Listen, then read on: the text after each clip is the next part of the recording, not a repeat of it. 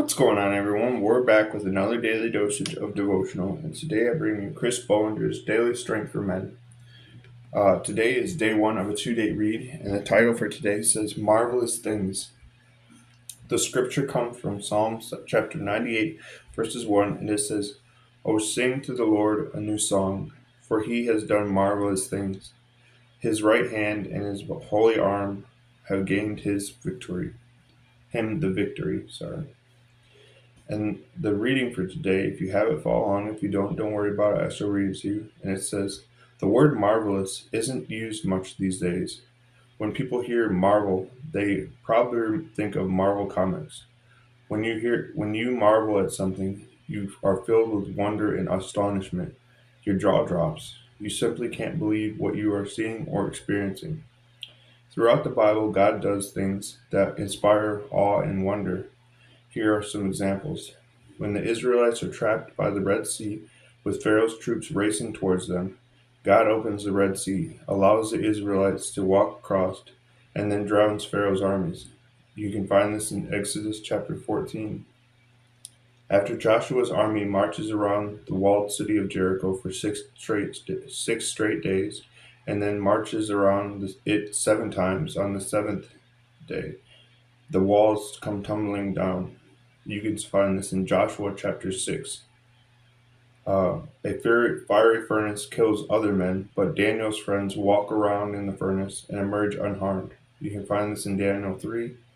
And after Jesus dies a horrible death on the cross and is placed in a tomb where the entrance is blocked by a heavy stone, on the third day he rises from the dead and appears to many. You can find this in Matthew chapter 27 through 28, Mark chapters 15 through 16, Luke chapter 23 through 24, and John chapter 19 through 21. But what marvelous things has God done today, lately? Uh, why should we sing a new song? It depends on what you consider marvelous. David certainly has seen some amazing things, starting out as a teenager when he killed the giant Goliath with a slingshot. But in Psalms chapter 139, David marvels at himself. He sees his body, every part of it, how all the parts work together in harmony, and the simple fact that he moves, breathes, and is alive as a miracle.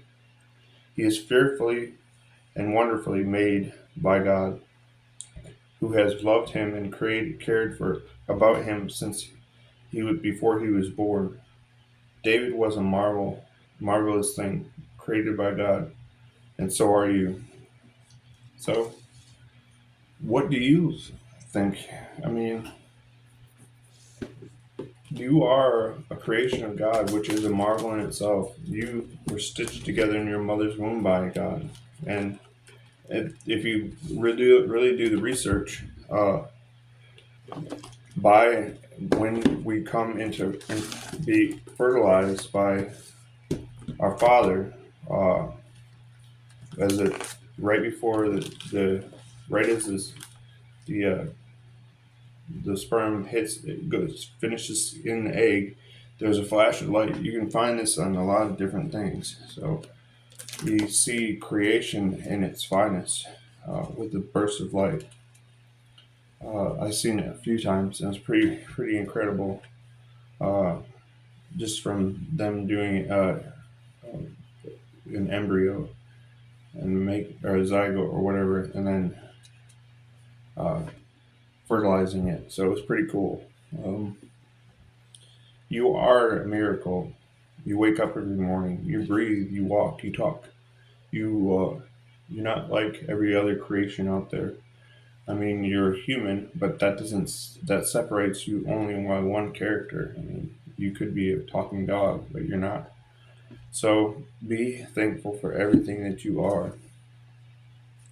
Life is a little bit challenging sometimes, and even though we might not see the good in everything, you can certainly. I'll preach this because it helped me, and it was an awesome thing that my pastor did for me. He gave me the Philippians chapter 4 verses 4 through 8 handbook. He gave me the idea of what it composed of. What it is composed of is taking your day, writing it in a memo pad, and writing all the good things that happened to you in that day. Don't look at the bad. Don't write down the bad. Just look at the good things. Take it home at the end of the day and write it into another notebook about a prayer book that you're going to be reading back to God of all the things He's done for you.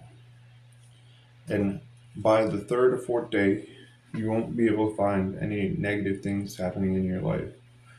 You should only see the good things because you're looking for the good things. Like I've said in the past videos, if I told you I would pay you $50 for every red car you've seen on your way to work, you'd start looking for it. And I want you compared to if I just asked you how many.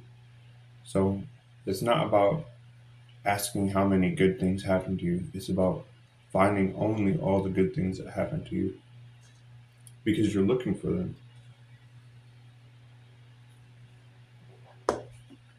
And just because it's a little gift doesn't make it any less powerful. I mean, your greatest gift every day that you're given, but the greatest blessing every day that you're given is you wake up and you're alive. So some people might think, "Oh, well, that's not a good thing." If you don't think that way, I beg you to come to God because He will show you peace and happiness, an inner peace that you will never really understand. No one will ever understand where it comes from or how you even got it.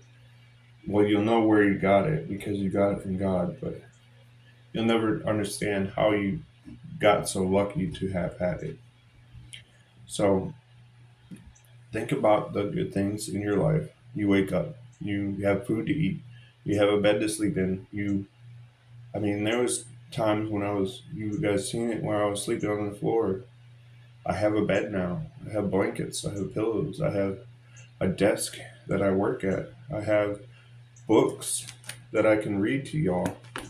I have multiple Bibles. I have two King Jameses, one CSB, and one NIV. Which the NIV I read my morning morning reads that the pastor sends me.